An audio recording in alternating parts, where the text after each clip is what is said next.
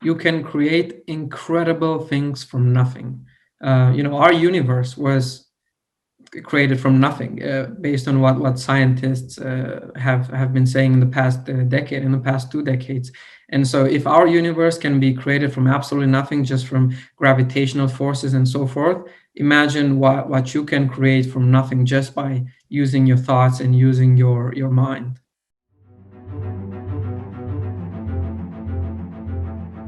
Hello, everyone, and welcome to the On the Ball podcast, where we have curious conversation about life, career, spirituality, and anything in between.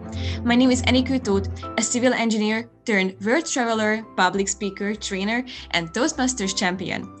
My goal is to bring you inspirational topics and people that can help you find your own definition of success. When you are ready, it is time to be on the ball.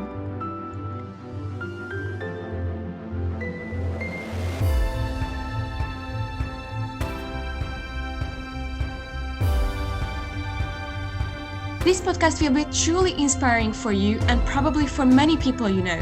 So please share the link of the podcast with them. Also, a quick reminder, hit the subscribe and love buttons to get notified about the upcoming episodes. Then share a rating and a review if you like what you are listening to. Welcome back, everyone. My guest today is the author of Being Young and Successful, 55 Principles to Performance, Leadership, and Fulfilling Your Dreams. He self-published, marketed, sold, and distributed this book in 5 countries in order to inspire and give the necessary tools for any young person to achieve their dreams. Leonard Burca is an old friend from university who now uses his skills to help people with sport, fitness coaching, and meditation and life coaching. As a young person, Leo had to make life work for himself, no matter the cost, and soon he discovered the importance of mental toughness, endurance, education, self-discipline, and believing in his ambitious dreams when they were all they had. During the COVID time, he also had decided to build his own community on Discord communication platform, where you have the flexibility to chat freely and engage with him as much as you like. If you would like to connect with Leo, then you can find the link in the podcast description, together with the link to his webpage and the link to order his book, Because Your Ambitious Dreams Are Worth Fighting For. It is no surprise that today we will talk about the secret behind being young and successful. You should listen to us if you are aspiring to be an entrepreneur, or if you already are one and you need some small kick to get the ball rolling.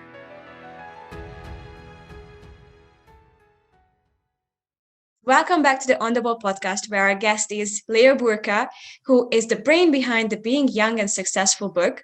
So I'm really happy to see you again and for sharing your knowledge with us on how to be an accomplished entrepreneur in this world. So thank you very much for being here. Thank you very much for having me, Eniko, and it's nice to reconnect with you. We haven't spoken since our college days. And it's been nice knowing you there, and it's nice reconnecting with you right now.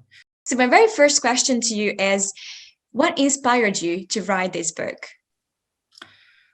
What inspired me, I think, was my love for people in general, and my need of helping people, because I have been going on this personal journey myself, where I grew a lot. I read tens of books about personal development and success and all of these things. And I could see that they work in my life. I could see that the results are getting there, and I was in a better place mentally and physically and all these things. And I just wanted to share this essential discovery and also my own personal journey with these principles, which many of them are not new. Many of them are, as old as they get. But it's in a modern context, it's in a more modern setting, and I wanted to share this journey and inspire others as well to follow their dreams and to know that it is possible if you focus on what you want. What is your favorite part in your book? So which area do you think you gave the most in? That would be definitely the third part, because my book is divided into 3 parts. The first 2 parts are more autobiographical, with some success principles embedded in there, but the third part is sort of purely on how to achieve things for yourself, with about 54 principles on things like discipline and building habits, how to take care of your body and to get inspired to cherish it as it would be, a racehorse. I talk about how your body, you would pay $1 million for a racehorse because it's so valuable, but sometimes we treat our bodies like they're not worth anything, and that's just a little bit of unfair treatment towards our body. I also talk about leadership. I also talk about some practical spirituality and why love is such a powerful force in everyone's life and a powerful force for change in the world. So definitely the third part is my favorite one.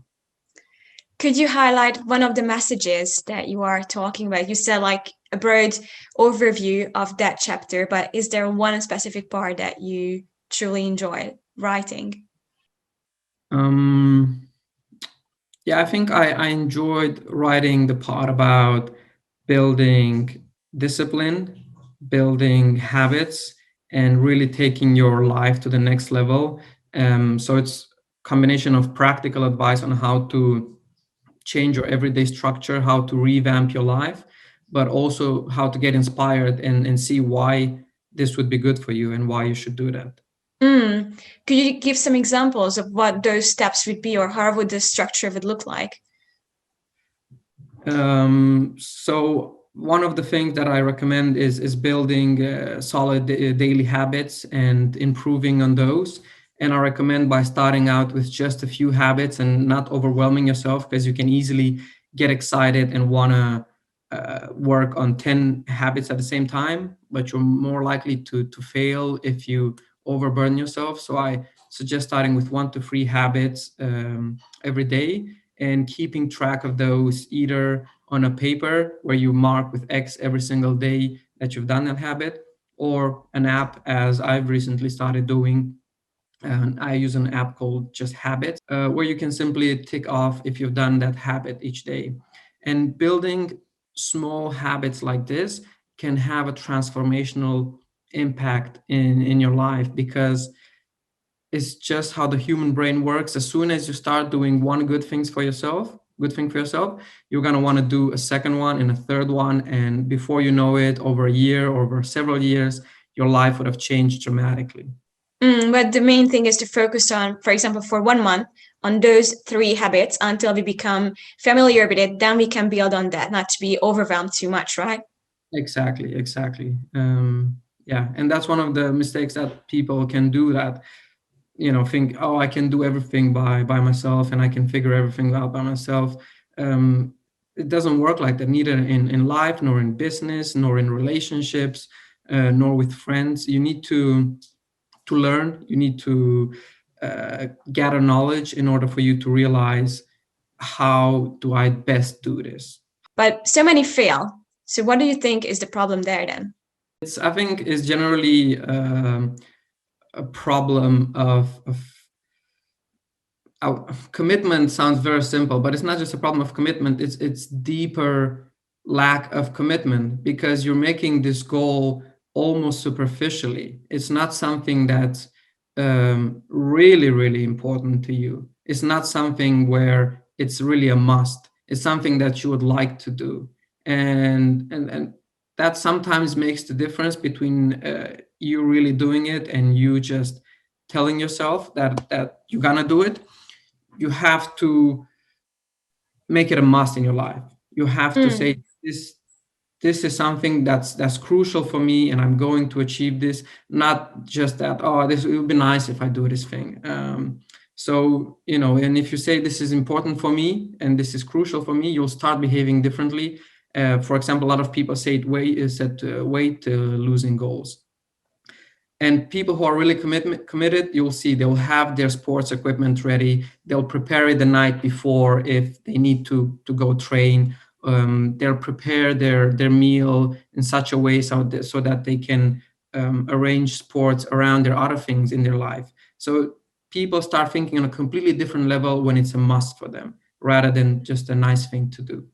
So having more of a core value, a core why we are actually doing this, and why we want to achieve it, and then that gives us the urge to make it happen. Exactly. And people forget that inspiration is very important as well. So setting a weight goal, a loss of weight goal, um, and being motivated by yourself is good. It can last, 2 weeks, 1 month, but then you lose motivation. So it's also important to talk to other people who can motivate you, or be part of a group of people that train together that can inspire you, or go online and find a coach that you like, or even a group of people that train together, because we are social creatures and we are people who need motivation and inspiration from the outside as well, because it's very difficult to sustain this for years. Because if you Mm, have a serious weight problem, it can take years to lose that weight, and very, very few people can sustain that for a few years by themselves. You need some mm, help, and you have to yeah. accept that. Is this why you created your Discord platform? Exactly. Yeah. I knew that we're gonna be stronger as a community, and I wanted to help, and I wanted other people to help each other, rather than me just doing it through my blog or doing it through my, let's say, YouTube channel. I wanted us to come together and people to freely express their thoughts on the Discord platform there. So how can we imagine this platform? Is it like a group chat where everybody puts in their thoughts, or can they send personal messages to you? It's like a shared group with different channels where you can discuss about, for example, your accomplishments. You can discuss about fitness. You can discuss about mental health, things you've been struggling with lately. You can also request a coaching session with me, and if I have time in the weekends, then we'll do that during the weekends.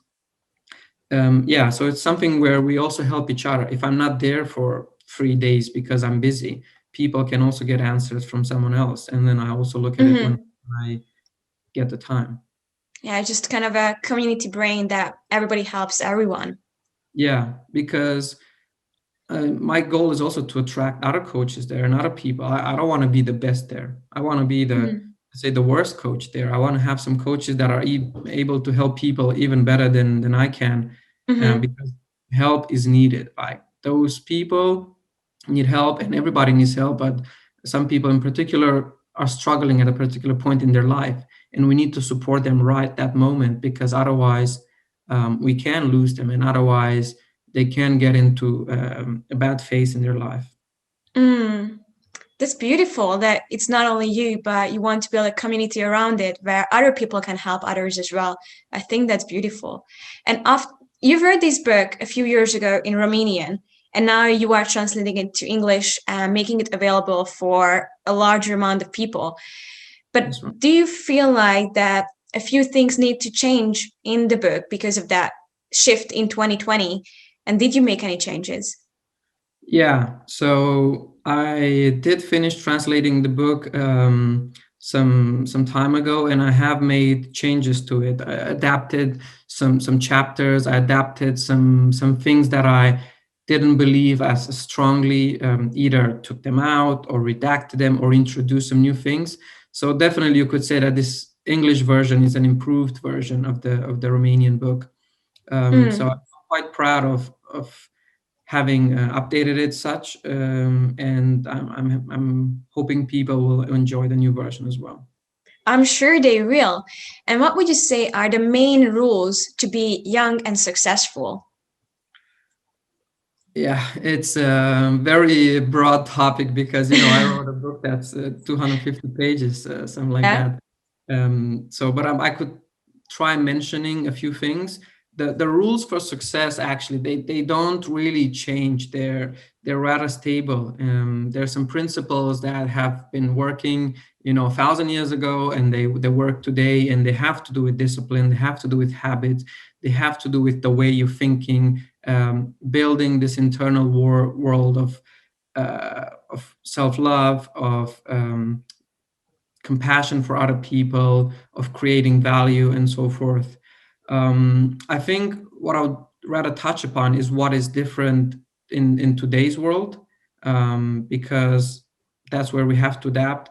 So I think, for example, people should take control of their digital and technological habits. And a lot of us, through this year of the pandemic, have been using technology a lot to connect with people and to watch Netflix and to do this and that to keep us afloat. And of course, that's also something that was useful. But we need to admit at some point if we have an addiction, and to try to limit our consumption of technology. And if we try to do that by ourselves, and we realize we can't, it's also important to get help. Because imagine getting notifications every few minutes, every single week, week in, week out. You're always getting distracted. You're not being allowed to work on your dreams and on your priorities as well as you could be. And don't get me wrong, technology is great. I tell people, having a smartphone in your pocket is like a superpower. You have all the world's knowledge inside of your jeans pocket. And of Mm. course, you shouldn't get rid of technology, in my opinion, completely, as some people try to do. You should learn how to live with it in a way that fits you. And at this moment in time, most people don't know how to live with the amount of technology that they have, because it's everything is new, everything is designed to be addictive, everything is designed with a lot of notifications and ways to pull you in. And you need to learn for yourself how to deal with that in order to be successful, in order for you to be able to pursue your dreams and be able to apply all of those principles that I wrote in the book and that most of the people already know. um, so definitely working on your technological addiction or your technological mishabits is very important. Mm. And how did you do it personally? So, in your life, what steps did you take to eliminate this destruction from your life? I've taken countless actions, such as having a second phone that is almost, it is a smartphone, but I dumbed it down. It has almost no app other than some things I can read on it and some things I can listen to it. So it's almost like an ebook reader that I can still make phone calls in case of emergency. Um, Apart from my main phone where I have my apps, my contact with my family, and so forth. So I like to have the separate phone that I use most of the day. That is more dumb. And then I also deactivated all the notifications on all the apps that I have on my main phone. Mm. Don't want to get distracted all the time. Of course, I might have notifications for some like crucial apps, and but that's also a struggle because every time you install an app, you have to go and uninstall, deactivate notifications and so forth. And that's what I'm saying. These apps are designed to be addictive. They're designed to keep you hooked in. And social media, especially out of them all, spend millions of dollars on researchers, and this has been documented on hacking your psychology and hacking how you think and what you do in order for them to keep you hooked. You have to find ways for yourself to get rid of that. And I'll be honest, I even muted my conversations with my family, even though they're important to me and I love them and I do get in contact with them. I don't need to be distracted every 5 minutes, every 1 hour, every whatever. When I have time in the evening or in the weekends, we call, we chat, look at the pictures and so forth. And it's difficult to take this step because it's almost abnormal nowadays for you not to have your notifications on, for you not to use Facebook, for you not to do this. But you have to realize if you want to live the life that you want to live, you have to do some unusual stuff. And most people don't achieve unusual results because they do the usual things. Um, Mm. you have to take responsibility and actively find the solutions that work for you in order to achieve things. Yeah, do the things that most people don't do, and that will help you get forward in life. Exactly, exactly. And you have a personal mantra, which is prioritize and preserve. Where did that come from, and how do you live it in your life? Yeah, prioritize and persevere is a mantra that I found very useful at the time when I was having a business, because when you're a business, you have to wear all of these different hats. You have to, um, make sales. You have to take care of the operational side, make sure your suppliers have everything ready, make sure transportation is in order, make sure the marketing is good, try to find some investors, try to motivate the team behind the product, and so forth. Um, and so you cannot do everything by yourself, and you cannot do everything at the same time. So I had to prioritize and persevere, because if you don't prioritize, you get lost. If you don't persevere, there's no chance of success. I liked it because it was short and succinct, and I put it on my bathroom mirror in different places for it to help me, yeah, get forward with my business. What did But you write on the mirror? What was it that it you, was, you looked at every day? yeah, prioritize and persevere. This But sentence. yeah, but this thing for me changes from period to period depending on, what I need. So sometimes I might write, um, the sun will shine again tomorrow, if that's what I need. Sometimes I write some quotes in Latin. I love those. So one of them is per aspera ad astra, through hardships to the stars. And I recently gotten a tattoo with that quote as well, because I just loved it so much. Mm. Um, so they do change throughout my period depending on what I need. I think it's important to be flexible, and also certain personal mantras or personal mottos, their value can diminish over time, and you need to find something else that inspires you, that kicks you into action. Yeah, that's part of your self-discipline practice, isn't it? So what others do you have there? You're a very self-disciplined person. You made so many successful businesses and you had so many ideas to make them happen. So you must have some self-discipline practices. Yeah, I think habits are my biggest self-discipline practice, because habits are such an interesting thing.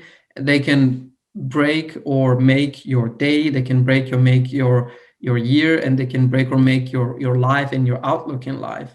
And the beautiful thing with habits is that you can always perfect them. You can always get better at them. So even if it's a small practice at doing sports for 1 hour each day, or for 1 hour each 2 days, you can always be better at how you do sports and how you schedule it around the day. Or if it's writing, is how do I get into my writing flow as fast as possible, and how do I improve my writing. So the small habits that build up your day, it's all about how do you build the best habits, and how do you make them more efficient over time.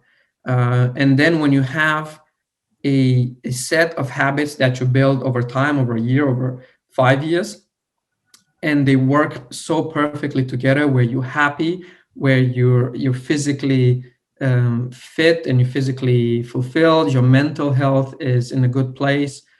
I think that tells you that you're successful in your own way, because that's what it takes to find your own way, your own habits, your own mode of living. It's all about a Mhm. lifestyle, right? You have to build a lifestyle. You don't just build a career or a job. You don't just build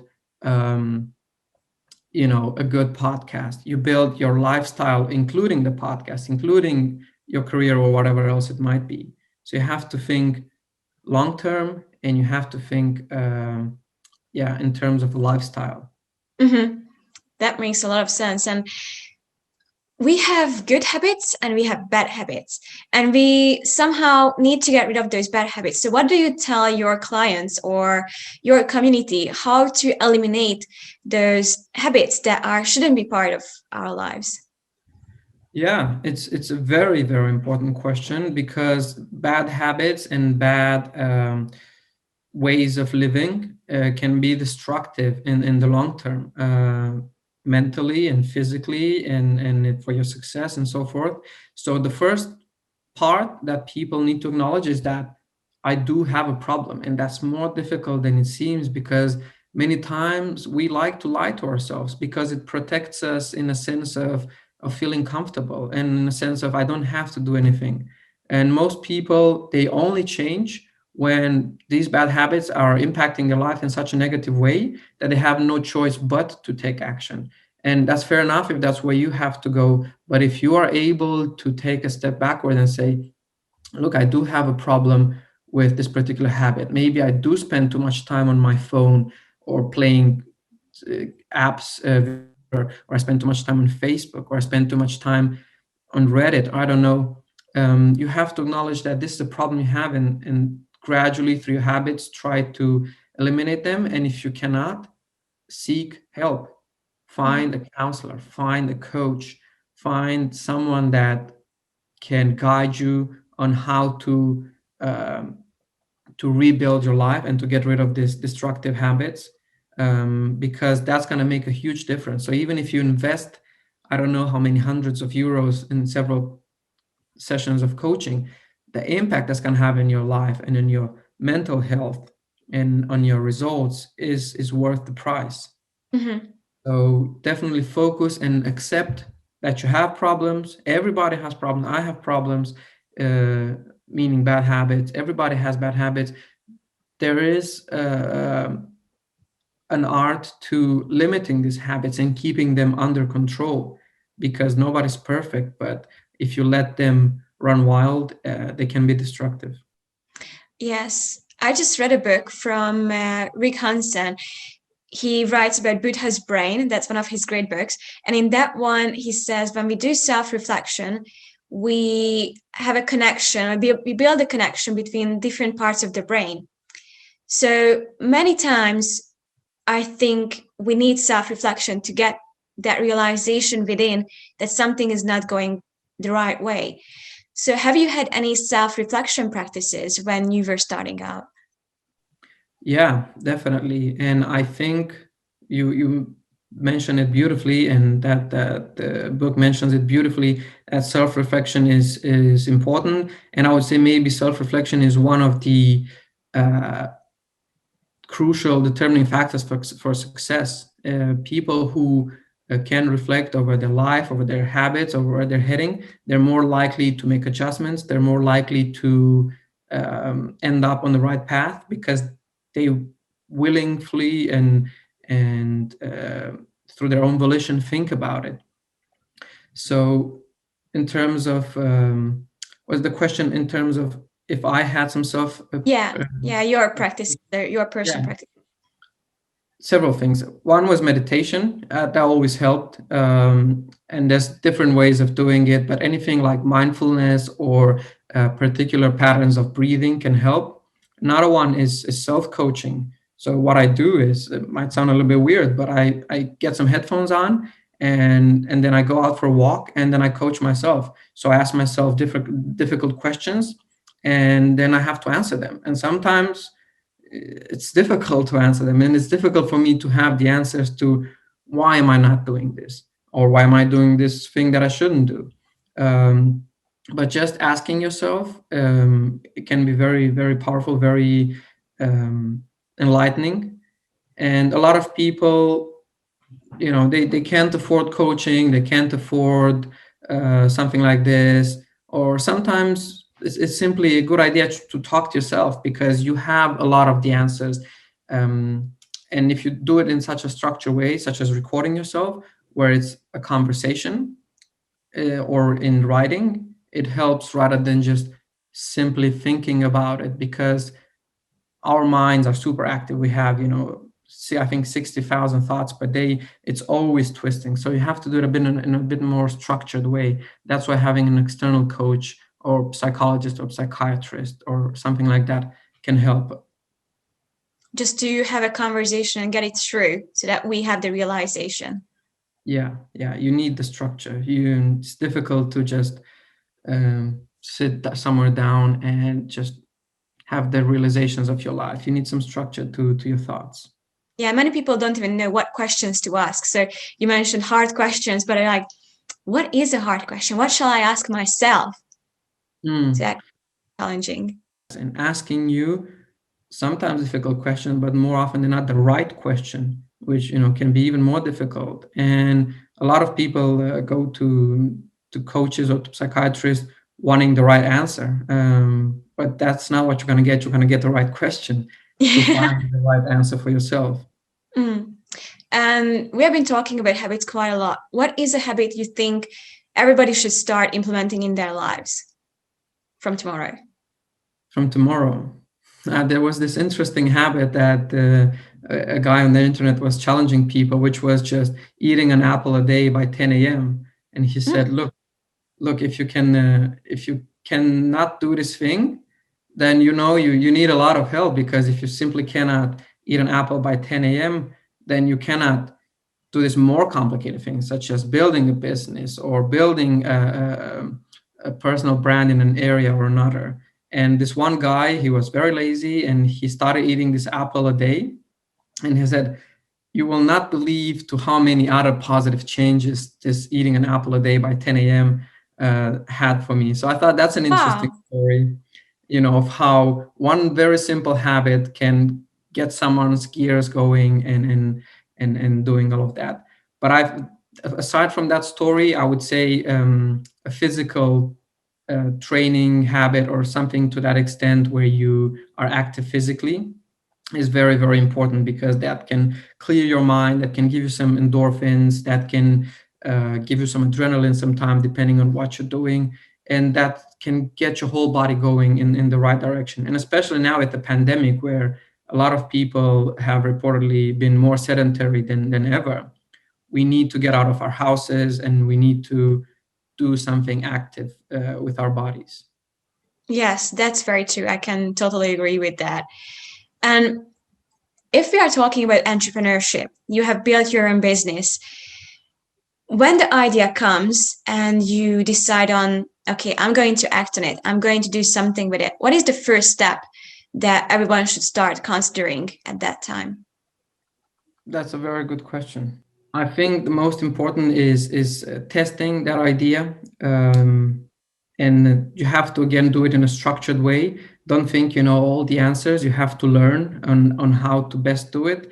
And I would highly recommend the Lean Startup for people who are starting out in business.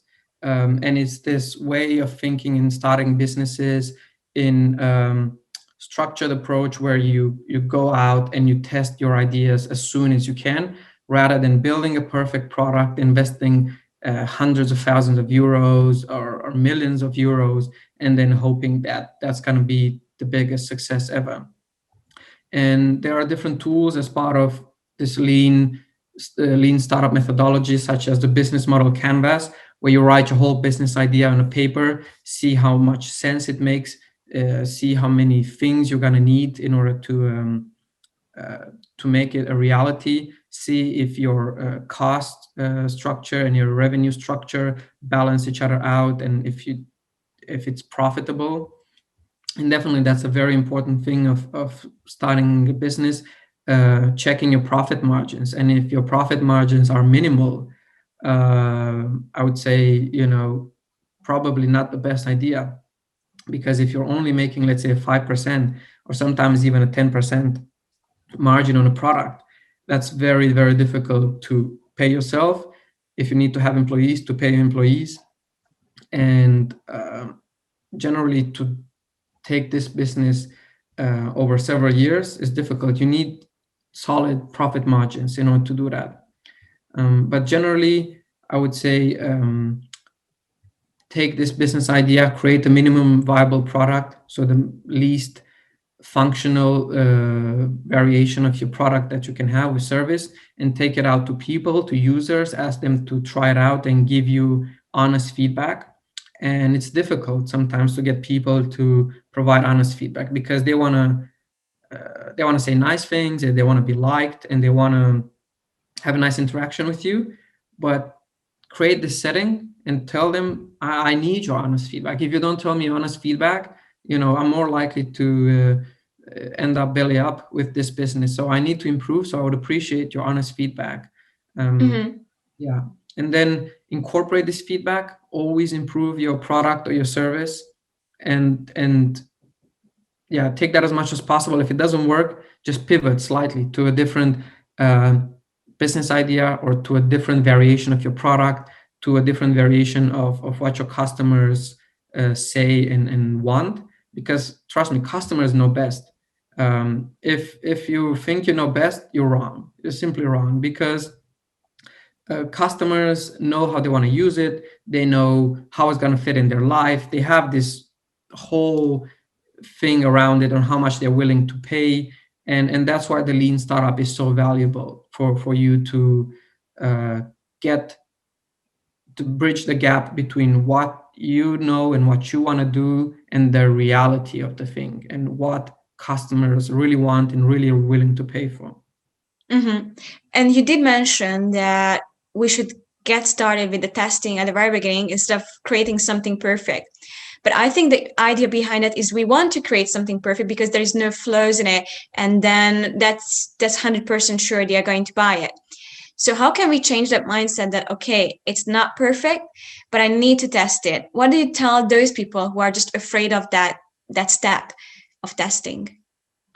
Yeah, so it can be several things, and it's difficult to know without having like a proper coaching session with them on one. That's where you can really discover what their blocker is. One of them can be the failure of the fear of failure, or the fear of success. One of those two. So fear of failure is when they want to make this perfect product because they think that they will fail and people will judge them and people will mock them if the product is not perfect. Or the fear of success, where they're like, yeah, maybe I should work on this a bit more before I get out. They're afraid that the product is actually going to explode and there's actually going to be a lot of customers, and they're not really ready to get all of that attention and all of that success. And it's a very common thing, more than people would imagine. But yeah, try to identify, particularly for you, what's blocking you from taking this rational approach to testing products. Because I would find, I tested it, I used it, and it is rational. And the things you get from customers, you would never think about. You would simply never think about, because yeah, customers have the knowledge and they know what they want from your product. How to overcome either the fear of failure or fear of success. So, what do you suggest these people? Well, first of all, you need to deal with the psychological package that you have regarding these two failures, right? And you have to dig deep and see, why am I afraid of failure? Have my parents judge me? Have my peers judge me? And now I'm afraid of that, and so forth. But one thing I wanted to mention was that, most entrepreneurs, um, on average, from what I remember reading, fail on their first three businesses. So literally, the first businesses go belly up, and maybe their fourth or the fifth business is the one that's really successful. So there's a very important thing in learning about failures and learning from your previous businesses. And almost like a challenge, I would almost say, I would tell people, go out there and start a business and expect that you're gonna fail on your first three businesses. You just have to do it. The most important thing is that you learn something from it. And if you do it this way with the lean startup, and you pivot and you learn from your mistakes, then you're more likely to get quicker through this free businesses, rather than spending, let's say, 10 years on a product or 5 years on a product, just for you to realize that it doesn't work. It's not what the market wants. It's not um, what I thought it would be. So we can get very emotionally attached to our ideas and our businesses. But we have to realize that, yeah, the market is the one that determines the success of our business, not our own thinking. And of course, you have to have perseverance, but you also need to know when to cut your losses, and when to say, oh, this was fun. I learned this, a lot of things that I learned from this business. but listen, it's just one of the three that I need to fail. I just have two more to fail before I can become. Yeah, okay. 3 things to fail in already. Okay, that's hard. It is That's an hard. actual mindset. Okay, expecting to fail. That's different. Yeah, yeah, almost seeking out failure. I would almost say because, but not in a sort of strange way, but in a sense that I want to learn from this and I want to push myself as hard as I can with this business. And if it fails, it fails. But I want to learn as much. And I think especially for us when we're young, this should be our primary focus on learning and failing fast, rather than failing slow and failing to the point where it affects our mental health and our how do you say, yeah, our well-being. You want to do something, learn from it, do something, learn from it. And that's what the lean startup and the lean approach to starting a business can help you.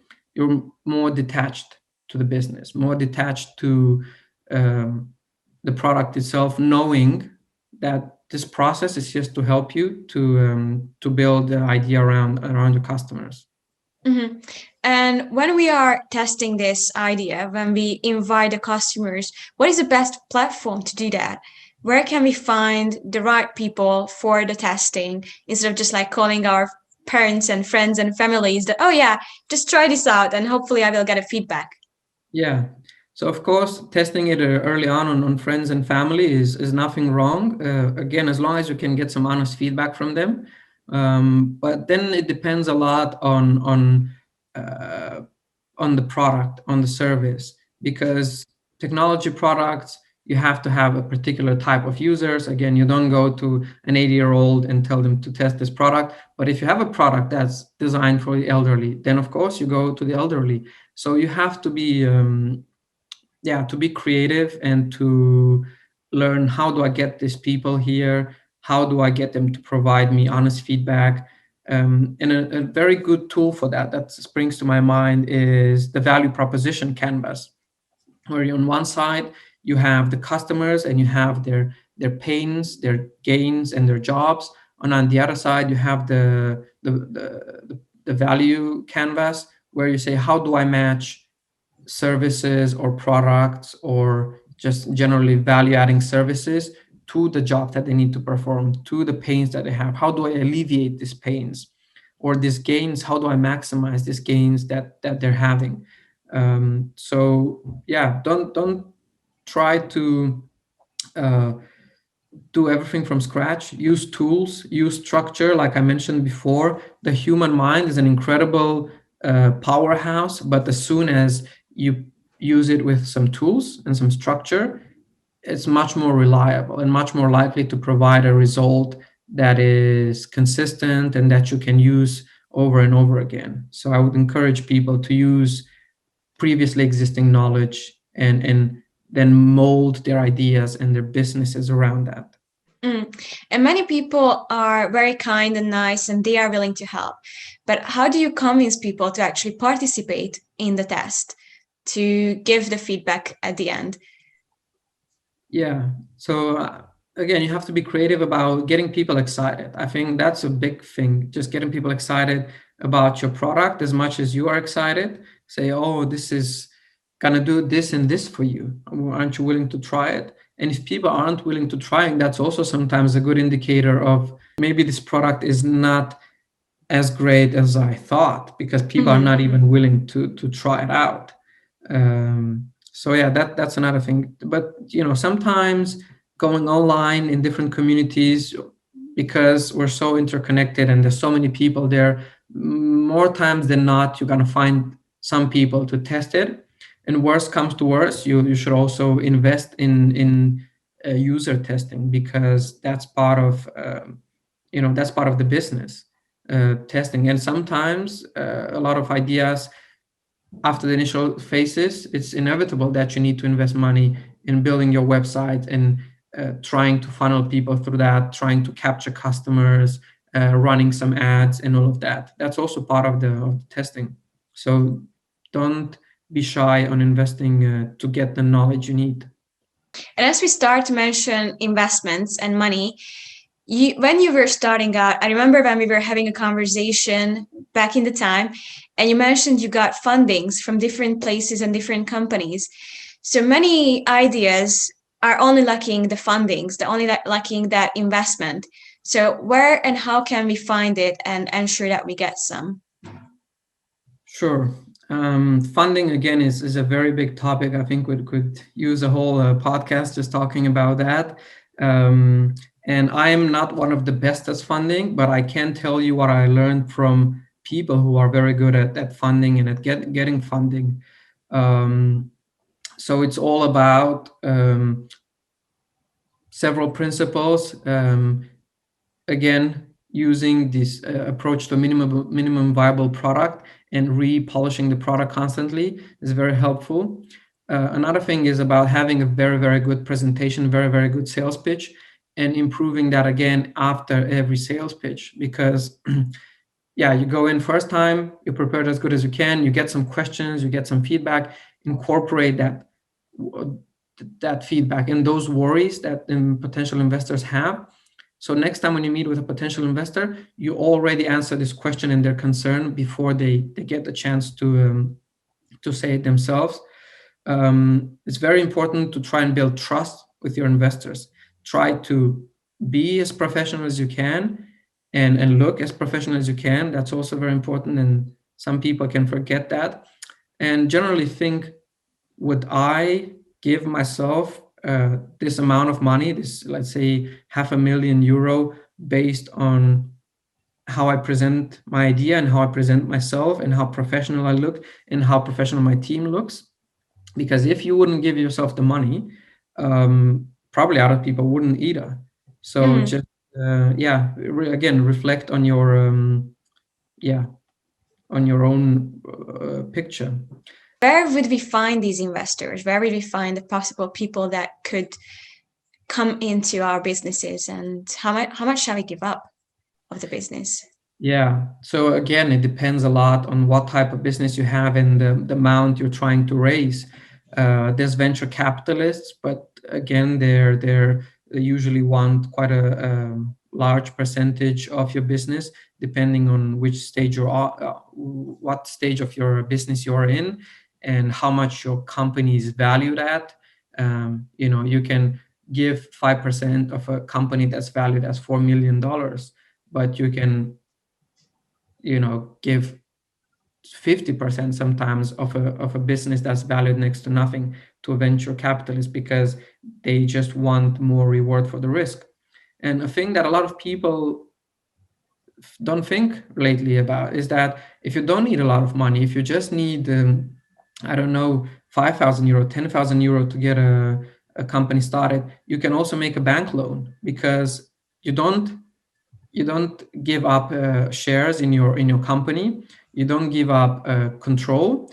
What you do instead, you make this small loan, and you can pay it back as your company gets more successful if you follow the right principles, and then pay this back, and then still have the majority of the control or all of the control in your business.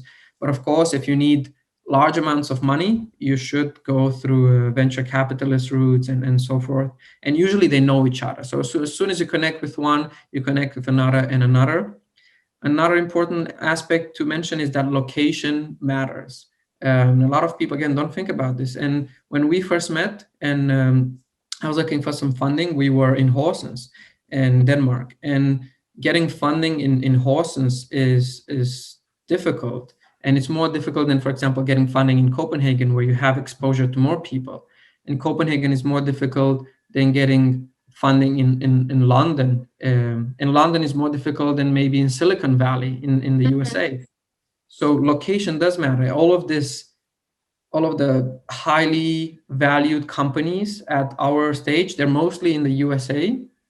And their valuations, when you look at them, they're just ridiculous. They started 1 year, 2 years ago, and it's $500 million already. They're called unicorn companies. Some of them, of course, are legit. So location does matter, because in a place like Silicon Valley, if you invest in a company 1 million and you get 50 million out of that, you're much more likely to invest a million in another company hoping Mm, you'll return. But imagine in horse and somebody giving you $1 million like that, it's very difficult. And I was talking mm. with a friend recently, and I was telling him, imagine Elon Musk started all of these companies in horses. You know what I mean? It would have never happened. They say I can't even imagine that. But Elon Musk is business savvy enough to have known where to look for funding and where to start his businesses. That's why he left South Africa, he left Canada, to go to the US, and went for, yeah, the locations that were most profitable and most likely to succeed for his businesses at the time, being that X.com, then PayPal, or being a Tesla, or being SpaceX. So when searching for funding, don't be shy on exploring different locations. Don't get stuck that this city where I am or this location is where I need to be. Yeah, wow, that's a great advice. I would never have thought that location makes such a large difference, but it totally makes sense now. Like, yeah, I cannot imagine Elon Musk in horses. Exactly. Yeah, wow. And you mentioned structure so many times. So, how do you structure your daily life? So, how does a day look like for Leo Burca? Yeah.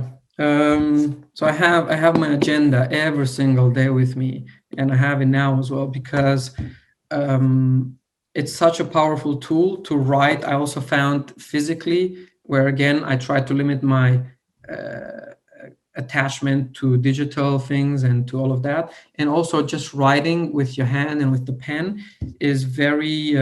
It connects you to what you're writing, connects you to your goals. And I start my agenda in four sort of sections. I have the frog, which is essentially from this Brian Tracy book called Eat Your Frog, or Eat the Frog First. I don't remember Eat the exactly. I frog, read it yeah. many years ago. So essentially, the most disgusting, the most difficult thing you have to do, just do it first. Do it as soon as you can.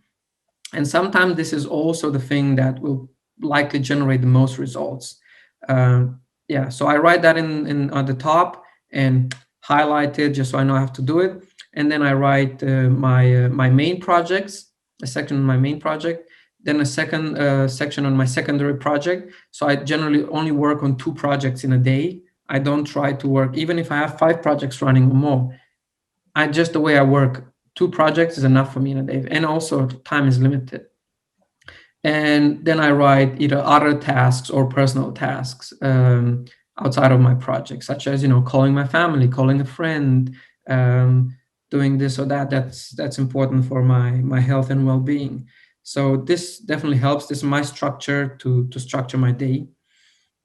And then generally, I like to look for variation during my day, look for excitement. And this, otherwise, just life gets boring. You cannot just pursue your goals and pursue and forget about your happiness and your well-being. That's you do not have to sacrifice, yeah, your well-being, your friendships for success. And I wouldn't recommend that to anyone. And yeah, exciting things like just eating a new dish, cooking something nice from scratch for yourself, doing a new workout, doing something fun with your friends, something like that. Always try to find variety in your life. Mm. Yeah, definitely. I love your structure. It's super exciting. I also have my own kind of way of putting the day together, and I really like yours too. How did you implement what you have learned in CrossFit to your coaching and your daily life? Um, yeah, that's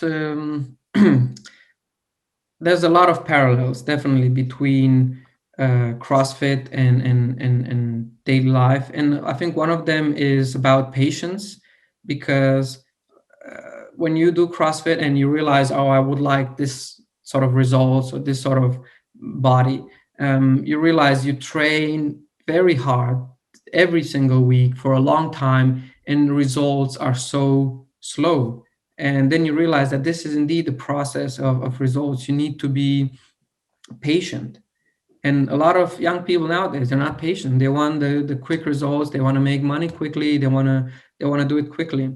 And the sooner you realize um, that patience is important and you cannot achieve things so quickly, the more likely you are not to sabotage yourself, not to end up on a path that is sort of a burning bridge.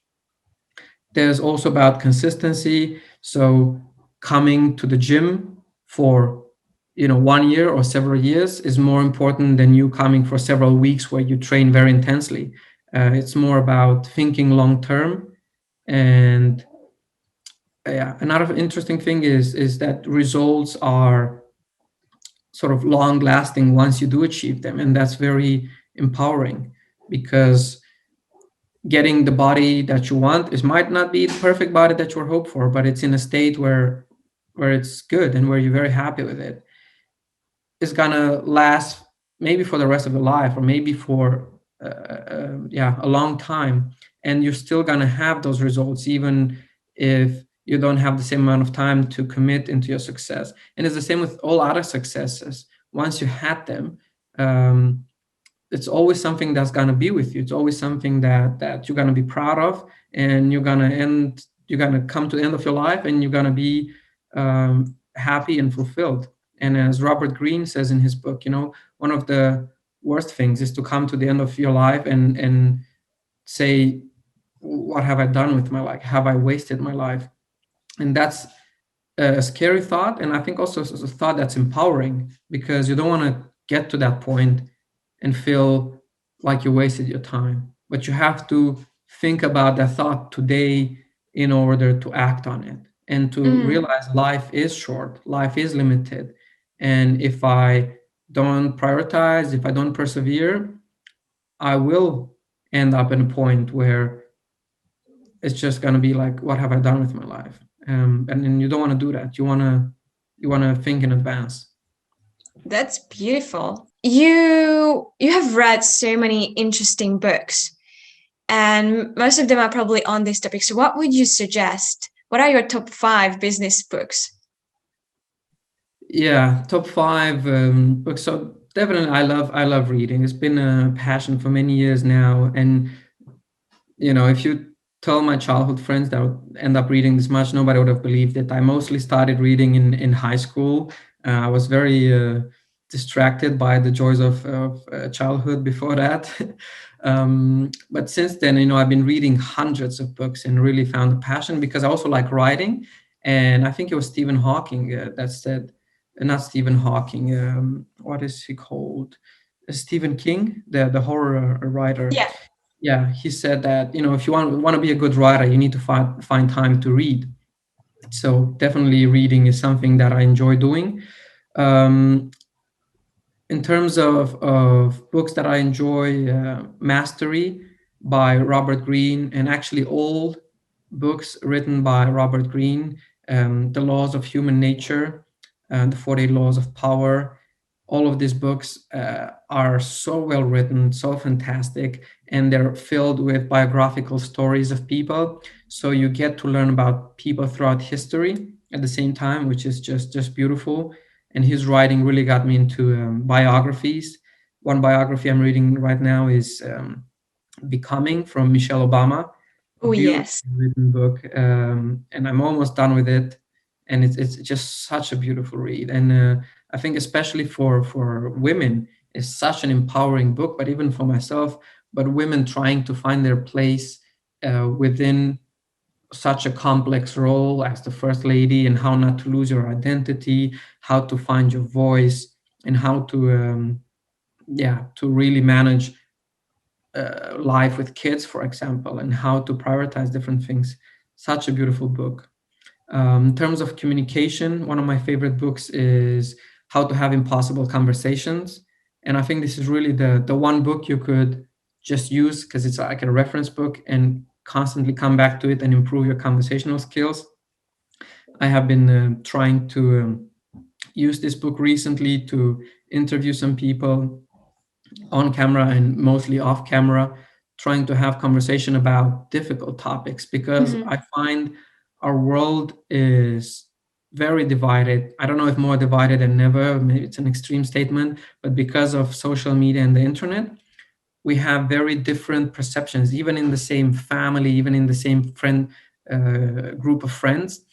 So this book is really essential if you want to have conversations that are difficult around COVID, around vaccine. Is it necessary? Is it good? Why isn't it good? And a lot of people have very faulty ways of looking at things, and you cannot just tell them that. You cannot tell them, of course, vaccines are good, and hope that they'll get convinced. There's a whole art to respecting people, to asking them questions that are that are very good. And it's not a coaching book, but this book also could help you with coaching, because a lot of people, when I coach them, I realize that they have faulty ways of thinking that are illogical, and all they need is a question for them to realize that it's illogical, and then they be like, oh yeah, that doesn't make any sense. I don't know why I'm thinking like this. It's very strange, but now that you mention it, it's right. um, yeah, in terms of yeah, business books, you should definitely read The Lean Startup, and anything related to yeah, to starting, if you, depending again the phase you are of your business. Sometimes you're in the start, read the ones for that part of your business. Sometimes you're trying to scale a business, you need to read books in that area. And sometimes you need a fictional book. You know what I mean? It's not always about reading nonfiction, at least not for me, because there's also value and lessons to be had in non-fictional books, and they're very, very relaxing. Yes, that's very true. And thank you so much for sharing all your different tips on books. However, many people just read without implementing them. So, what would you suggest for those people? How to start implementing those wisdoms that they read in these books? Yeah, things that helps me is reading the same book over and over again. And for example, The Laws of Human Nature by Robert Greene is very thick, very big, filled with great tips and filled with great knowledge and great biographies. And first time I just read it, I was just so amazed by it that I just went through it very essentially as quick as I could. Then second time I went through it, you take some notes, you try to implement some things, and third time even more, and then you make annotations, and then you write ideas that are particularly useful for your life at this moment. And so generally very, very structured approach. Again, try to extract what you need at this time, not something you need in 5 years or something you're going to need at some point in the future. Be very practical about what you need, because your time is limited. So prioritize and persevere, and yeah, read the same book over and over again. That really helps me. So that was our final question for the interview part. And now we have the second part of the interview, this whole podcast, where I ask 4 questions, and then it's just the closing questions for this episode. So when you are ready, we can get started with that too. Let's go. First one is, as a writer and author of the Young and Successful book, what is your definition of success? Yeah, my definition of success sort of changes over time, but a thing that stays constant is that I have to define success for myself. I never let success be defined externally. So I sit down and I define what would success be for me in this period of my life. And generally, it is revolving around being um, satisfied with the level of my commitment to my goals and my tasks, and structuring my habits better, trying to make them more efficient. And I think generally being successful is this mentality where you set yourself on the right track, and you set yourself in this direction where you're likely to succeed regardless of the task you'll undertake. So it's more about building myself mentally and building my habits. That's what Mm-hmm. success is. Yeah, nice.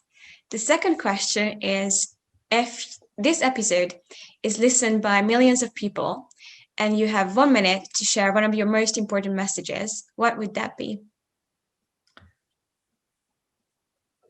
Very tough question. Hello, millions of people.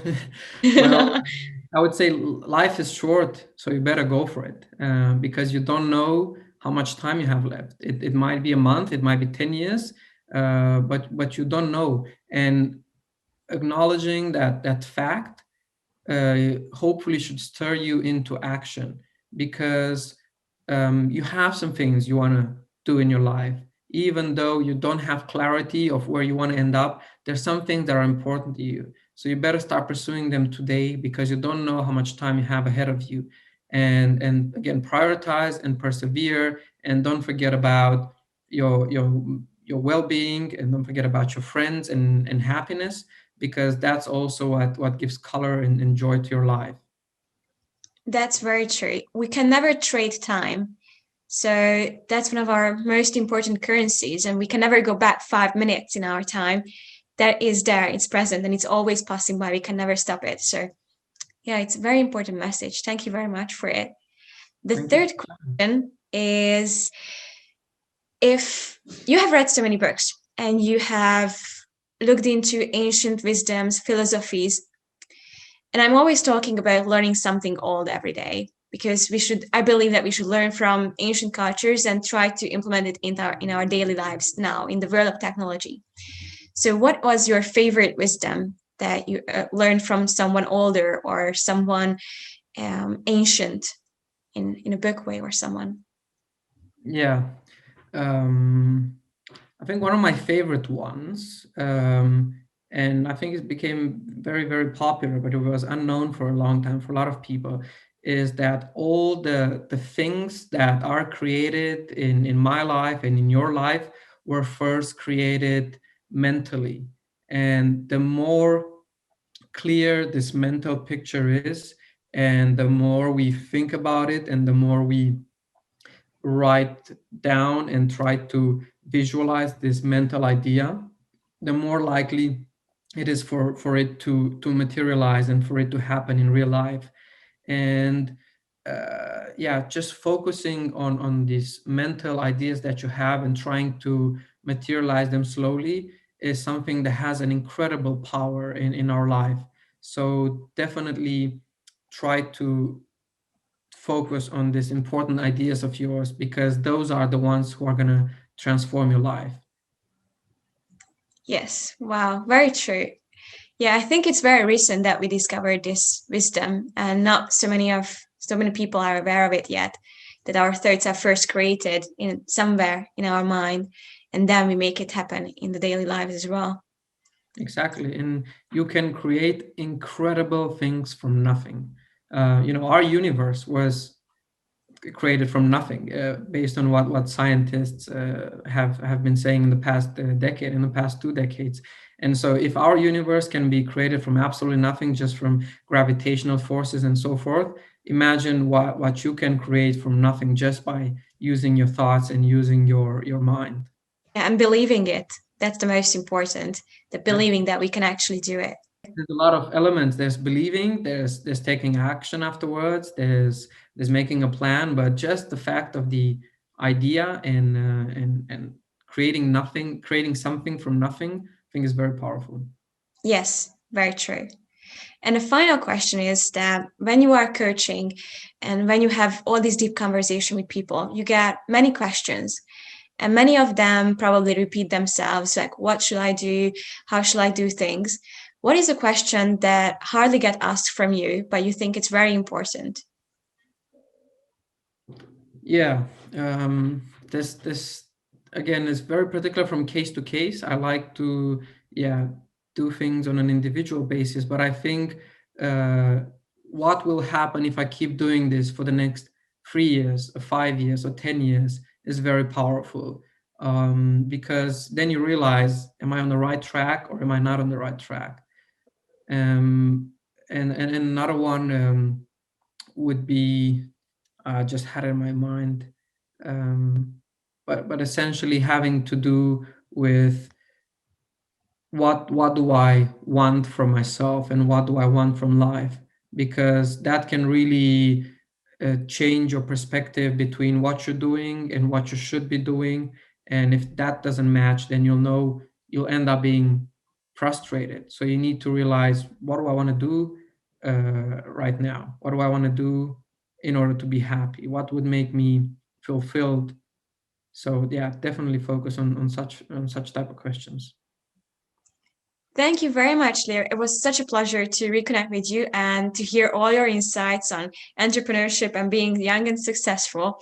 It was a pleasure to see you again after all these years. And I'm truly grateful for this podcast, because then I can reach out to all these old friends and have a chat with them again. So thank you very much for being here. Likewise, Eniko, and thank you so much for inviting me. It was a pleasure reconnecting with you, and you've had some incredible guests on your podcast, and I wish you success going forward with your podcast and all your other plans. And yeah, you're inspiring me as well, and your journey has been incredible. It's incredible to see how much you've achieved since we first met. You are a powerhouse, so keep going. You're amazing.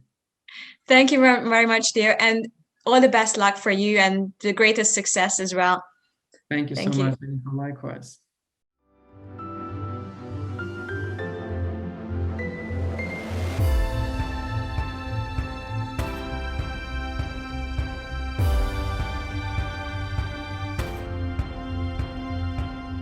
Thank you for joining us today, and huge thanks to Leo as well for sharing some of his secrets on becoming young and successful. I loved when Leo shared his daily planning tricks on setting top priorities and some smaller goals for each day. That is definitely something I will implement in my daily to-do list too. What was your favorite take on this episode? Let me know in the comments. Also, if you have any questions to me or to Leo, feel free to send me a message on social media. You can find me on Facebook or Instagram, or just send me an email to ontheballwitheniku@gmail.com. If you have any guest suggestions or would like to hear from a specific expert on a specific topic, share that with me as well, and I will do my very best to fulfill your suggestions. If you found this episode motivating, make sure that you share it with others and text this to your friend right now who you think would be inspired by this story. The best way to live a happy and fulfilled life is to serve others. So share this episode with people you care about. It has no cost, but will elevate them and make their lives even better. If this is your first time here, click that love and subscribe buttons and make sure that you leave a rating and review. I would love to hear your thoughts and feedback on how this message lifted you up, brought you a change into your life. I would also love to hear your own definition of success. I'm so grateful for your support, sending love and great health to you all. And now it is time for you to be on the ball.